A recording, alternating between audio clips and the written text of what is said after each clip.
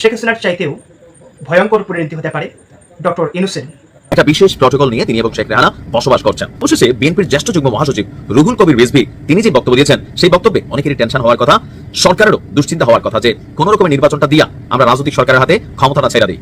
ক্ষমতায় বসার পর মাত্র 6 মাসের মধ্যে দক্ষিণ এশিয়ার ভূ রাজনৈতিক ছবি পুরো পাল্টে দিয়েছেন আমেরিকার রাষ্ট্রপতি ডোনাল্ড ট্রাম্প। বাংলাদেশের একটি মানবাধিকার সংস্থা বর্তমান অন্তর্বর্তীকালীন সরকারের বিরুদ্ধে মানবাধিকার লঙ্ঘন, সংখ্যালঘুদের নিরাপত্তার অভাব সহ গণতন্ত্রের বহু দুর্বলতার বিষয় তুলে ধরেছে তাদের একটা প্রতিবেদনে। আইন এবং সালিশ কেন্দ্রের এই প্রতিবেদনে বলা হয়েছে যে বর্তমান সরকার একটা দুর্বল সরকার হয়েছে এবং এই দুর্বল সরকারের অধীনে প্রত্যাশা মতো কোনো কিছু অর্জন হয়নি। সেই অর্জন না হওয়ার মধ্যে তারা অনেক কিছু এনেছে। আসসালামু আলাইকুম রহমতুল্লাহ। প্রদর্শক, নতুন এক ভিডিওতে আপনাদের সকলকে স্বাগতম। প্রদর্শক, আপনারা ভিডিও শুরুতে ভিডিওর বিশেষ কয়েকটা অংশ এবং থাম্বনেল দেখে বুঝে গেছেন যে আসলে কতটা গুরুত্বপূর্ণ নিউজ হতে চলেছে। প্রদর্শক, আজকে ভিডিওর বিষয়ে কোনো কথা বলবো না, সরাসরি ভিডিওতে চলে যাব। আরেকটি কথা, আপনারা ভিডিওগুলো না টেনে সম্পূর্ণ দেখবেন, তাহলে আপনারা সম্পূর্ণ বিষয়টি বিস্তারিত জানতে পারবেন। চলুন আর কথা না, আবার একটি লাইক দিয়ে আমরা সকল বিশ্লেষকের আলোচনাগুলো দেখে আসি। চলুন। শেখ হাসিনা কোথায়, এই প্রশ্ন বরাবর উঠে এসেছে। তবে সর্বোচ্চ লেভেলের বার্তা হচ্ছে শেখ হাসিনা ভারতে আছেন। এখন ভারতে কোথায় আছেন? আমরা সর্বশেষ শেখ হাসিনার অবস্থান জানছিলাম যে তিনি দিল্লিতে একটা বিশেষ প্রটোকল নিয়ে তিনি এবং শেখ রেহানা বসবাস করছেন। তো রাজনীতি কিভাবে চলছে, এই যে প্রতিনিয়ত বিভিন্ন জায়গায় বিভিন্ন ধরনের অ্যাক্টিভিটি, সাংগঠনিক কার্যক্রম চালাচ্ছেন। অবশেষে বিএনপির জ্যেষ্ঠ যুগ্ম মহাসচিব রুহুল কবির রিজভী তিনি যে বক্তব্য দিয়েছেন, সেই বক্তব্যে অনেকেরই টেনশন হওয়ার কথা, সরকারেরও দুশ্চিন্তা হওয়ার কথা যে কোন রকমের নির্বাচনটা দিয়া আমরা রাজনৈতিক সরকারের হাতে ক্ষমতাটা ছেড়ে দিই। দর্শক, শিশু কিশোর ছাত্র জনতার রক্ত পান করে জনতার ঢেউয়ে ফ্যাসিস্ট শেখ হাসিনা দেশ ছেড়ে পালিয়েছেন। বক্তব্য রুহুল কবির রিজভীর। তিনি বলছেন যে পালিয়েও তিনি ষড়যন্ত্র থামাচ্ছেন না। কলকাতায় অফিস খুলেছে বাংলাদেশ আওয়ামী লীগ, এমনকি বাংলাদেশ বিরোধী ষড়যন্ত্র সেই কলকাতার অফিস থেকে বসেই তিনি পরিচালনা করছেন। রুহুল কবির রিজভী সে ইয়াদ আয়া, আমার খেয়াল আছে এখনো সর্বশেষ যখন বিএনপির কেন্দ্রীয় পার্টি অফিসের সামনে তিনি দাঁড়াইতেন, পুলিশ এবং রুহুল কবির রিজভীর মধ্যে একটা টানাটানি খেলা চলতো, দৌড় দিয়ে ভিতরে ঢুকতেন, বেরিত। এই যে দিনগুলো দেখেন, কোথায় সে আজকে পুলিশের সেই কর্মকর্তারা আজকে আব্বা ডাইকা, দাদা ডাইকা, নানা ডাইকা, রিজভী সাহেবের পায়ে চুম্মাইতে মুরব্বী মানুষ চামড়া চোমড়া উঠে গেলে সেগুলো কিন্তু চারটা সমান করে ফেলবে যদি বাংলাদেশে থাকে, চাকরিতে থাকে। ক্ষমতা চিরস্থায়ী নয়। আমাদের আইন শৃঙ্খলা বাহিনীর এখান থেকে অনেক কিছু কিন্তু শিক্ষণীয় আছে। তো যাই হোক, যে কথা বলছিলাম, রিজভী সাহেব বলছেন যে আপনার নিজেকে সামাল দিতে পারছেন না শেখ হাসিনা। পাশের দেশ ভারত থেকে তিনি উল্টাপাল্টা কর্মকাণ্ড করছেন, ষড়যন্ত্র করছেন। শেখ হাসিনা বলতেন দেশের মানুষ তাকে ভালোবাসে, তাহলে তার অফিস কলকাতায় কেন, তিনি কেন পালিয়ে গেলেন? এখন প্রশ্ন হলো, শেখ হাসিনা যে কলকাতায় অফিস খুলছেন, এই খবর রিজভী সাহেব কোথায় পেলেন? উত্তরটা হচ্ছে বিভিন্ন গণমাধ্যমে আমরা যে নিউজগুলো দেখছি যে আপনার বাংলাদেশ থেকে পলাতক আওয়ামী লীগের খুব বড় একটা অংশের যারা নেতারা ছিলেন, কথায় কথায় মানে উদ্যত্ত অহংকার যাদের মধ্যে ছিল, 15-16 বছর ক্ষমতায় থাইকা মনে হয়েছিল যে আর জীবনে মনে ক্ষমতা থেকে দূরে যাবে না, কথায় কথায় যারা 19 থেকে 20 সালে রাষ্ট্রবিরোধী, দেশ বিরোধী ষড়যন্ত্র বইলা ডিবি এসবি প্রশাসনকে ব্যবহার করে অনেকের মুখ থামানোর চেষ্টা করছে, আজকে তারা দৌড়ের উপর থেকে কলকাতায় গিয়া বৈশা সেখানে বিলাসী জীবন কিন্তু অনেকেই যাপন করছেন। এমনকি স্বপ্ন দেখেন যে খুব শীঘ্রই আবার তারা বাংলাদেশে ফিরে আসবেন। কিন্তু আমার কাছে মনে হয়েছে এই বিষয়টা এখনো তারা অনুধাবন করতে পারছেন না, যে এত সহজে চাইলে 2-4-6 মাস 1 বছরের মধ্যে আওয়ামী লীগ বাংলাদেশে আগের মতন রাজনীতি করবে, এই দিনটা কিন্তু আসলেই নাই। এই দেশের জনগণের মধ্যে এখনো বড় একটা অংশ ডক্টর ইউনূসের প্রতি হয়তো গোসা হচ্ছে, বিএনপির অপছন্দ করছে, জামাতের অপছন্দ করছে, কিন্তু এই বিগত যে লম্বা সময়ের যে কালো ইতিহাস, অন্ধকার চ্যাপ্টার, এটা রাতারাতি বলার মতো না। এখন বিভিন্ন সময় তাদের বিভিন্ন ছবি ফুটেজ দেখা যায় কলকাতার বিভিন্ন রেস্তোরাঁয়, এগুলো কিন্তু বিভিন্ন গণমাধ্যমে আসছে এবং সেখানে বসে তারা রাজনীতি পরিচালনা করছেন, সেটাও আসছে। আর আসাদুজ্জামান খান কামাল সহ অনেক নেতাদেরকে আপনার কলকাতায় দেখা গেছে, সেরকম ফুটেজগুলো কিন্তু ফুটেজ না, ছবি সামনে আসছে। আবার অনেকে পৃথিবীর বিভিন্ন দেশে তারা এই মুহূর্তে আছেন, অনলাইনে কার্যক্রমকে সংগঠিত করার চেষ্টা করছেন। বাট আমার মনে হয় যেই জায়গাতে একটা শিক্ষা নেওয়া উচিত, মিনিমাম লেভেলে একটা তবা করা উচিত, কারণ অতিরিক্ত কোনো কিছুই যে ভালো না, সেটা দিন শেষে আওয়ামী লীগ আসলে বুঝতে পারছে কিনা, নাকি আসলে বুঝেও বুঝতেছে না, সেটাও একটা বিষয়। দেখেন, সত্য কথাটা বলতে হবে, একটা সময়ে এক্সট্রিম লেভেল চলে গেছিল। তো কলকাতায় বসে এই মুহূর্তে রাজনীতি করছেন। এখন দেখা যাক, ষড়যন্ত্র তত্ত্ব দিয়ে বাংলাদেশে ঢোকা যাবে না বা রাজনীতিটা স্বাভাবিকভাবে করা যাবে না। বাংলাদেশের জনগণের এখন একটা বড় অংশ আওয়ামী লীগের সাপোর্টার আছে, তবে তারা ওই রাজপথে গিয়ে জীবন দিয়ে ফেলবে দলের জন্য, নেত্রীর জন্য, এই টাইপের সাপোর্টার আপাতত নাই। যারা আছে, পরিচ্ছন্ন রাজনীতি যদি কখনো আওয়ামী লীগ করে, তখন হয়তো অনেকেই এই আওয়ামী লীগকে সাপোর্ট করবেন। তবে এটা লম্বা চূড়া একটা সময় যেতে হবে। কারণ বাংলাদেশের রাজনীতির একটা সিস্টেম আছে কি, যেই সরকার ক্ষমতায় বসে তার মধ্যেই দানবীয় পাখা গজায় ওঠে, তার অনুসারীরা দানব হইয়া ওঠে, আর জনগণ তখন বিকল্প ভাইবা নেয় আগেরটাই তো ভালো ছিল। মানে 53-54 বছর ইতিহাস এটাই বলছে, একটা সরকার টানা জনগণের ভোটে আসলে কখনো নির্বাচিত হয়নি। শেখ হাসিনার চাইতেও ভয়ঙ্কর পরিণতি হতে পারে ডক্টর ইউনূসের। 24 সালের যে রাজনীতিটা আমরা কিভাবে বিশ্লেষণ করব, কিভাবে ব্যাখ্যা করব, এই বিষয়টাই আমাদেরকে নিয়ে ভাবতে হচ্ছে। শুরুর দিকে আমি যদি আপনাদেরকে বলি যে এই 24টা এমন একটা সাল আমাদের জন্য, এমন একটা কাল আমাদের জন্য, এই 24-এর প্রেক্ষাপট থেকে বাংলাদেশের মানুষ যতটুকু রাজনীতি শিখেছে, এটা কোনো বিশ্ববিদ্যালয় বা কোনো স্কুল কলেজ থেকেও এতটুকু রাজনীতি শিখতে পারবে না। এমনকি কোনো রাষ্ট্রবিজ্ঞানের বই থেকেও এতটুকু রাজনীতি শিখতে পারবে না। বাংলাদেশের শিশু থেকে শুরু করে বৃদ্ধা পর্যন্ত, আবাল বনিতা, বয়স্ক, কিশোর, তরুণ, তুর্কি, জোয়ান, যুবক সবাই রাজনীতি সম্পর্কে এতটাই গভীর জ্ঞান রাখে, যে এতটাই পারদর্শী, যেটা আলাদা করে অনুমান করতে হয় না। আজকে দেখেন যারা চার স্টলে বসে আড্ডা দেয়, গল্প করে, তারাও কিন্তু জাতীয় লেভেলের রাজনীতিকে ভাবতে পারে, জাতীয় রাজনীতি করার ক্যাপাসিটি বা সামর্থ্য শক্তি রাখে। তাহলে বুঝতে হবে যে বাংলাদেশের রাজনীতির দৌড়টা কোথায় গিয়ে পৌঁছে গেছে। এমন একটা অবস্থায় দাঁড়িয়ে গেছি, একজন কৃষক রাজনীতি সম্পর্কে যতটুকু জানে, আপনার বাংলাদেশের সর্বসেরা যারা রাজনীতিবিদ, প্রথম সারির লোক যারা রাজনীতি করে, একেবারে সেম টু সেম তারা যতটুকু জানে ওই কৃষকও ততটুকুই জানে। তাহলে আপনাকে বুঝতে হবে যে আমাদের দেশের রাজনীতির কতটুকু উন্নতি হয়েছে। এই রাজনীতিটা কোনো প্রতিষ্ঠান বা বই থেকে শিখতে পারবেন না। 24-এর এমন একটা প্রেক্ষাপট তৈরি করা হয়ে গেল, আমাদের দেশের লোকজন, জনগণ রাজনীতিতে এতটাই পারদর্শী হয়ে গেল, যেটা অতুলনীয়। এদেশের সমস্ত মানুষকে যদি আপনি আগামী 5 বছর যদি রাজনীতির উপর ক্লাস করান, তাহলে তারা এতটুকু রাজনীতি শিখতো না। কিন্তু এই যে একটা পরিস্থিতি তৈরি হলো তাদের সামনে, বা পরিস্থিতি আসলো, এই পরিস্থিতিতে তারা যতটুকু রাজনীতি শিখেছে, এটা অত্যন্ত শক্তিশালী, মানে প্রখর রাজনীতি শিখেছে। আমাদের দেশের সাধারণ মানুষগুলো গিয়ে বিদেশের বিভিন্ন দেশে রাজনীতির উপর ক্লাস নিতে পারবে, এটা আমি অন্তত মনে করি, এটা অন্তত আমি বিশ্বাস করি যে কেউ রাজনীতি সম্পর্কে অজ্ঞ নয়, সবারই ন্যূনতম জ্ঞান রয়েছে। এরপরে আমার যে থিওরিটা, আমি যেটা অনুমান করতে পারি যে আমাদের দেশে যত বড় নেতা সে তত বড় দেশপ্রেমিক, আর তার কাঁধে সবচেয়ে বেশি বিপদ সবসময় থেকেছে। আমরা যদি সেই শুরু থেকে বঙ্গবন্ধু শেখ মুজিবুর রহমান এবং শেষে ডক্টর ইউনূস পর্যন্ত আমরা যদি নির্ণয় করি, আমাদের দেশের যতগুলো নেতা এসেছে প্রত্যেকটাই ছিল দেশপ্রেমিক, কিন্তু তাদেরকে বিভিন্নভাবে ট্যাগ লাগিয়ে ছোট করা হয়েছে। এই বিষয়গুলোই হচ্ছে রাজনীতির একটা প্রেক্ষাপটের পরিবর্তন, অর্থাৎ হিংস্র রাজনীতির অনন্য নজির। শেখ মুজিবুর রহমান থেকে বর্তমানে ডক্টর ইউনূস পর্যন্ত যারাই বিপদে পড়েছে, যাদের উপর নির্যাতনের স্টিম রোলার এসেছে, মনে করবেন যে তারাই দেশপ্রেমিক শাসক ছিল। বঙ্গবন্ধুকে 1975 সালে 15ই আগস্ট নির্মম নির্যাতনের মাধ্যমে শেষ করা হলো, পুরো পরিবারকে ফিনিশ করা হয়েছে। চিন্তা করে দেখেন যে যে যত দেশপ্রেমিক ছিল, যত বড় দেশপ্রেমিক ছিল, সে তত বড় নেতা ছিল, আর যে যত বড় নেতা ছিল তার তত বেশি শত্রু ছিল। ধরা যাক তাকে শেষ করে দেওয়া হলো পরিবার সহ, রাজনীতিতে ঘুরে দাঁড়ানোর সামর্থ্য ছিল না। এর কিছুদিন পরে আপনি যদি দেখেন যে শহীদ রাষ্ট্রপতি জিয়াউর রহমান, বাংলাদেশের বা বাঙালির যে ইতিহাস, রাজনীতির ইতিহাস, এই বাংলাদেশের রাজনীতির ইতিহাসে সবচেয়ে বড় পাওয়ারফুল সরকার যাকে বলা হয়, শক্তিশালী সরকার যাকে বলা হয়, শেখ মুজিবুর রহমানের যে সরকারটা ছিল, জিয়াউর রহমানের চাইতে শক্তিশালী ছিল না। আমরা বিভিন্ন ইতিহাস, বিভিন্ন প্রেক্ষাপট থেকে জানতে পারছি যে জিয়াউর রহমানের সরকারটা এতটাই শক্তিশালী ছিল, এতটাই মজবুত ছিল, যে বাংলাদেশের ইতিহাসে এতটা শক্তিশালী সরকার কখনো ছিল না।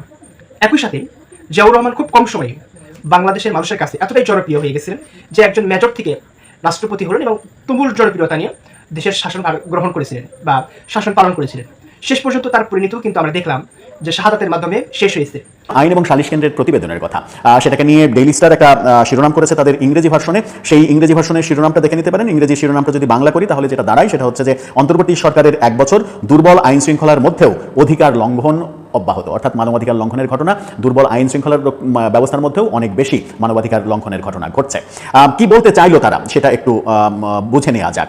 তারা বলছে গত বছরের জুলাইয়ের বিদ্রোহের পর এই দিনেই দায়িত্ব গ্রহণ করেছে, অর্থাৎ গতকালকে যে 8 আগস্ট ছিল, সেই 8 আগস্ট উপলক্ষে তারা এই প্রতিবেদনটা প্রকাশ করেছে এবং সেখানে জনগণের প্রত্যাশা পূরণে ব্যর্থ হয়েছে এই সরকার, কারণ আইন শৃঙ্খলার অবনতির মধ্যে বাংলাদেশ মানবাধিকার লঙ্ঘনের মুখোমুখি হচ্ছে। বাংলাদেশে মানবাধিকার লঙ্ঘনের ঘটনা ঘটছে, এই 1 বছরে সেটা আরো তীব্র হয়েছে, সেটা বলার চেষ্টা করছে। এক বিবৃতিতে তারা বলছে, আগস্ট মাসে দেশটি একটি ঐতিহাসিক গণঅভ্যুত্থানের সাক্ষী হয়েছে, যার নেতৃত্বে সরকারি চাকরিতে কোটা ব্যবস্থা এবং কর্তৃত্ববাদী দমন-পীড়নের বিরোধিতাকারী শিক্ষার্থীরা ছিল। এই বিদ্রোহের মূলে যেটা ছিল ন্যায় বিচার, মানবিক মর্যাদা এবং গণতান্ত্রিক অধিকার দাবি, নিপীড়ন, বৈষম্য, দুর্নীতির বিরোধিতা করে শিক্ষার্থীরা রাস্তায় নেমেছিল। যে অধিকার বাস্তবায়নের জন্য তারা রাস্তায় নেমেছিল, সেই অধিকার এখন পর্যন্ত বাস্তবায়িত হয়নি, তেমনটাই বলা হচ্ছে। এতে আরো বলা হয়েছে, এই যে আন্দোলন কেবল একটি রাজনৈতিক রূপান্তর ছিল না, বরং মানবাধিকার রক্ষা এবং মত প্রকাশের স্বাধীনতা, রাষ্ট্রীয় জবাবদিহিতা নিশ্চিতের ব্যাপারও ছিল, যেগুলো ঘাটতি দেখা যাচ্ছে। সেখানে বলা হচ্ছে, যদিও হতাশাজনক, সত্য হলো যে আন্দোলনের পর ক্ষমতা গ্রহণকারী অন্তর্বর্তীকালীন সরকার জনগণের প্রত্যাশা পূরণ করতে ব্যর্থ হয়েছে। অর্থাৎ এই সরকারকে পুরোপুরি ব্যর্থ বলছে আইন এবং সালিশ কেন্দ্র। তারা বলছে, হেফাজতে মৃত্যু এবং বিচার বহির্ভূত হত্যাকাণ্ডের সাথে সাথে নির্বিচারে গ্রেপ্তার অব্যাহত রয়েছে। অর্থাৎ হেফাজতে কারাগারে মৃত্যুর ঘটনা ঘটছে, বিচার বহির্ভূত হত্যাকাণ্ড অর্থাৎ মব জাস্টিসের কথা বলা হচ্ছে, সেটা ঘটছে, এবং নির্বিচারে গ্রেপ্তার অর্থাৎ বিরোধী মত দমাতে নির্বিচারে গ্রেপ্তারের ঘটনা ঘটছে, সেটা বলছে, যা পূর্ববর্তী সরকারের দমনমূলক কৌশলের কথা মনে করিয়ে দেয়। অর্থাৎ আগের সরকারের বিরুদ্ধে যে অভিযোগ ছিল, সেই একই কর্মকাণ্ডগুলো এই সরকারের আমলে হচ্ছে বলে তারা বলছে। দেশ জুড়ে জনতার সহিংসতা উদ্বেগজনকভাবে বৃদ্ধি পেয়েছে। রাজনৈতিক উস্কানি বা সামাজিক অস্থিরতার কারণেই হোক, যে কারণেই হোক না কেন, এই ধরনের কার্যকলাপের ফলে অসংখ্য মৃত্যু এবং আহতর ঘটনা ঘটেছে। আইন প্রয়োগকারী সংস্থা এবং সংশ্লিষ্ট অন্যান্য প্রতিষ্ঠানগুলো এই ঘটনাগুলো প্রতিরোধ বা সমাধান করতে ব্যর্থ হয়েছে, যা মানবাধিকার অবস্থা নিয়ে গুরুতর উদ্বেগের। আইন এবং সালিশ কেন্দ্র আরও বলছে যে বর্তমান পরিস্থিতির আরেকটি উদ্বেগজনক দিক হলো ধর্মীয় সংখ্যালঘুদের ক্রমবর্ধমান দুর্বলতা এবং নিরাপত্তাহীনতা। জনগণ মানবাধিকারকে সম্মান করে এমন একটি অন্তর্ভুক্তিমূলক ব্যবস্থার আশা করলেও জাতিগত ধর্মীয় সংখ্যালঘুদের বিরুদ্ধে আক্রমণ, হুমকি, নিপীড়ন কেবল বৃদ্ধি পেয়েছে। ধর্ম অবমাননার অভিযোগে সংঘবদ্ধ আক্রমণের ঘটনার কথা তারা বলছে যে এই সংঘবদ্ধ আক্রমণ বেড়েছে। এছাড়াও তারা নারী স্বাধীনতা ব্যাপারে কথা বলেছে, যেটা খুবই উদ্বেগজনক। বলা হচ্ছে যে আন্দোলনের অগ্রভাগে, গত বছরের আন্দোলনের অগ্রভাগে নারীরা থাকলেও নারীদের উপরে হামলা, হয়রানি, অপমানের প্রকাশ্য ঘটনা বেড়েছে, অর্থাৎ বেড়েছে এটা বলছে, আগের তুলনায় বেড়েছে।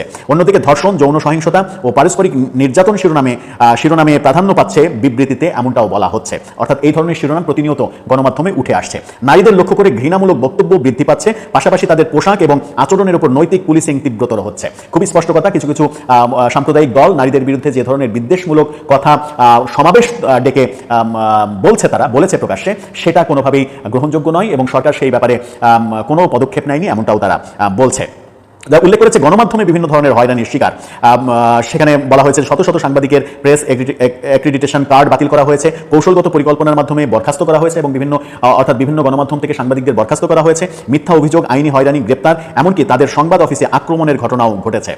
এই কারণে সংবাদপত্রের স্বাধীনতা প্রশ্নের মুখে পড়েছে, সংবাদপত্রের স্বাধীনতা নেই। এছাড়া আরেকটা গুরুত্বপূর্ণ কথা বলেছে তারা, যে শিক্ষা প্রতিষ্ঠানে শিক্ষার্থীদের অধিকার লঙ্ঘিত হয়েছে। এতে আরও বলা হয়েছে অনেক শিক্ষার্থীকে অন্যায্যভাবে বহিষ্কার এবং তাদের একাডেমিক সার্টিফিকেট বাতিলের সম্মুখীন হতে হচ্ছে, যা তাদের শিক্ষার অধিকার এবং মত প্রকাশের স্বাধীনতা, গণতান্ত্রিক মূল্যবোধকে হুমকির মুখে ফেলেছে। অর্থাৎ বহু শিক্ষা প্রতিষ্ঠানে আমরা দেখছি যে ছাত্রলীগের ট্যাগ দিয়ে তাদেরকে হয় বহিষ্কার করা হচ্ছে, ছাত্রত্ব বাতিল করে দেওয়া হচ্ছে, সার্টিফিকেট বাতিল করে দেওয়া হচ্ছে, কিংবা তারা মবের শিকার হচ্ছে। এই ঘটনাগুলো গত এক বছরে আশঙ্কাজনকভাবে বেড়েছে, সেই কথা তারা বলছে। এই ব্যাপারগুলো অনেক কিছুই বলছে এবং যেটা লাস্টে তারা দাবি করছে, মানবাধিকার সংস্থাটি সরকারের কাছে জোরালো দাবি জানিয়েছে যে তারা আইনের শাসন এবং যথাযথ আইনি প্রক্রিয়া নিশ্চিত করুক, মানবাধিকারকে সম্মান করুক, এমন একটা পরিবেশ সৃষ্টি করুক। অর্থাৎ আইনের শাসন এবং মানবাধিকার নেই, সেটা ব্যাপারে সরকারকে কার্যকর পদক্ষেপ নেওয়ার কথা তারা বলেছে। নির্বিচারে গ্রেপ্তার, গণহত্যা, সংখ্যালঘুদের উপর আক্রমণের বিরুদ্ধে কার্যকর ব্যবস্থা গ্রহণ করতে হবে, নারীর বিরুদ্ধে সহিংসতার বিরুদ্ধে জিরো টলারেন্স আনতে হবে, এই ব্যাপারগুলোও তারা বলছে। এবং বলছে যে গণমাধ্যমের স্বাধীনতা, মত প্রকাশের স্বাধীনতা রক্ষার জন্য বিভিন্ন সভা সংগঠনের সাংবিধানিক অধিকার রক্ষা এবং মানবাধিকার লঙ্ঘনের তদন্তে পূর্ণ স্বচ্ছতা ও জবাবদিহিতা প্রয়োজন। যে ঘটনাগুলো ঘটেছে সেগুলোর তদন্তে স্বচ্ছতা যেন থাকে, স্বচ্ছতার মাধ্যমে তদন্ত করে বের করে এনে দোষীদের শাস্তির কথাও তারা বলছে। জনগণের রক্ত ও ত্যাগের মাধ্যমে অর্জিত পরিবর্তনের স্বপ্ন যেন ব্যর্থ না হয়, তা নিশ্চিত করার জন্য রাষ্ট্রকে একটি কার্যকর এবং দায়িত্বশীল পদক্ষেপ নেওয়ার কথা তারা বলছে। অর্থাৎ আইন এবং সালিশ কেন্দ্র থেকে স্পষ্টভাবে বলা হয়েছে যে সমাজে বিশৃঙ্খল পরিস্থিতি, মানুষের অধিকার, কথা বলার অধিকার, গণমাধ্যমের স্বাধীনতা, নারী নির্যাতন, নারী অধিকার, সংখ্যালঘু নির্যাতন সহ যে প্রতিনিয়ত ঘটনাগুলো নিয়ে আমরা প্রতিনিয়ত উদ্বেগ প্রকাশ করছি, সেই ঘটনাগুলোকেই তারা তুলে এনেছে। এরকম একটা প্রতিবেদন সাম্প্রতিক সময়ে টিআইবিও দিয়েছে। এই একের পর এক, এর আগে আমরা দেখেছি হিউম্যান রাইটস ওয়াচ থেকে একটা প্রতিবেদনে এই আরও বেশি কড়া ভাষায় বলা হয়েছে, বিদেশি এবং দেশি বিভিন্ন সংস্থার একের পর এক প্রতিবেদন আসছে যখন সরকারের 1 বছর পূর্তি হলো। সরকার এই ব্যাপারগুলো কি ভেবে দেখবে, নাকি যেভাবে চলছিল সেভাবেই চলবে, সেরকম দৃশ্যই আমরা দেখব। দর্শক, আপনার কি মনে হয়, সরকারের মধ্যে কি বিশেষ করে হিউম্যান রাইটস ওয়াচ, টিআইবির মতো প্রতিষ্ঠানগুলোর প্রতিবেদনকে তারা গুরুত্ব দেবে, নাকি তাদের মতো করেই তারা পথ চলবে? আমেরিকার নয়া উপনিবেশ আজ বাংলাদেশ। এবার কি করবে ভারত, এই নিয়ে এখনকার প্রতিবেদন। ক্ষমতায় বসার পর মাত্র 6 মাসের মধ্যে দক্ষিণ এশিয়ার ভূ রাজনৈতিক ছবি পুরো পাল্টে দিয়েছেন আমেরিকার রাষ্ট্রপতি ডোনাল্ড ট্রাম্প। যে কাজ ট্রাম্পের পূর্বসূরি জো বাইডেন শুরু করেছিলেন, কিছুটা সাফল্য পেয়েছিলেন, সেই কাজটি ট্রাম্প মোটামুটি গুছিয়ে এনেছেন। এখন যা পরিস্থিতি তাতে তাতে অবশ্যই বলতে হবে অ্যাডভান্টেজ ট্রাম্প বা অ্যাডভান্টেজ আমেরিকা। আর আমেরিকার এই নতুন রাজনৈতিক জয়ের ক্ষেত্র যে জায়গাটা সেটা হলো বাংলাদেশ। ষড়যন্ত্র করে শেখ হাসিনাকে গদিচ্যুত করে জয়যাত্রা শুরু করেছিলেন বটে বাইডেন, কিন্তু যাকে বলা যায় আধিপত্য প্রতিষ্ঠা বাংলাদেশে সেটা করতে পারেননি তিনি। হয়তো ক্ষমতায় থাকলে করতে পারতেন, কিন্তু নির্বাচনে হেরে গেল বাইডেনের দল ডেমোক্র্যাটরা, জিতলেন ট্রাম্প তার দল রিপাবলিকান। কিন্তু দুজনেরই বাংলাদেশ নিয়ে যে লক্ষ্যটা, যে টার্গেট, সেটা একই। ভাবা গিয়েছিল দক্ষিণ এশিয়ায় আমেরিকার রাজনৈতিক লাইন পাল্টে যাবে। এই ভাবনার পেছনের বড় কারণ ছিল ভারত বাইডেন প্রশাসনের বাংলাদেশ নীতির ঘোর বিরোধী ছিল। আমেরিকার নির্বাচনের আগে ট্রাম্প সাহেব এমন সব কথা বলতে শুরু করেছিলেন যাতে মনে হয়েছিল যে তিনি বাইডেনের বাংলাদেশ তথা দক্ষিণ এশিয়া সম্পর্কিত যে নীতি, সেই নীতির বিরোধী। নরেন্দ্র মোদী কম ধুরন্ধর রাজনীতিবিদ নন। ভারতের রাজনীতিতে কংগ্রেস সহ সমস্ত বিরোধীদের পর্যুদস্ত করে যেভাবে দিল্লির ক্ষমতায় আসীন আছেন, তাতেই বোঝা যায় তার বুদ্ধি ও রাজনৈতিক প্রজ্ঞা কতটা গভীর। কিন্তু এহেন নরেন্দ্র মোদীকে বাংলাদেশ নিয়ে যে দাবা খেলা, সেই দাবার চালে নরেন্দ্র মোদীকে কিন্তু এখন পর্যন্ত মাত দিয়ে রেখে দিয়েছেন ট্রাম্প। আর কাজটা এমন নিপুণ অভিনয়ের মাধ্যমে তিনি করলেন যে নরেন্দ্র মোদী বোঝার আগেই নাটক শেষ। আজ এই মুহূর্তে বাংলাদেশ হয়ে গেছে আমেরিকার উপনিবেশ, একেবারে আক্ষরিক অর্থে।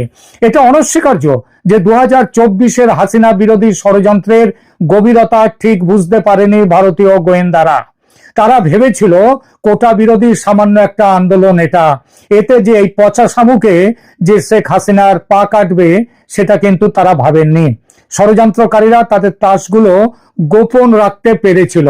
শুধু যে ভারতীয় গোয়েন্দারা ষড়যন্ত্রের চেহারাটা আঁচ করতে পুরোপুরি পারেননি তাই নয়, শেখ হাসিনা নিজেও আদৌ গুরুত্ব দেননি এই ঘটনাকে, ওই কোটা বিরোধী আন্দোলনকে। এর কারণ অতিরিক্ত আত্মবিশ্বাস। আমার কিছুই হবে না গোছের একটা ভাবনা। তবু শেষ মুহূর্তে ভারত সরকার সাবধান করেছিল শেখ হাসিনাকে, কিন্তু সে সাবধান বার্তা উপেক্ষা করে তিনি চলে যান চীন সফরে। লম্বা ট্যুর ছিল, কিন্তু চীন জানতো ষড়যন্ত্র কতটা এগিয়েছে, ষড়যন্ত্রের অগ্রগতি জানতো। হাসিনা সরকারের পতন মাত্র কয়েকটি দিনের অপেক্ষা, তাই মোটামুটি অপমান করেই ফেরত পাঠিয়ে দেয় বাংলাদেশের প্রধানমন্ত্রীকে চীন থেকে।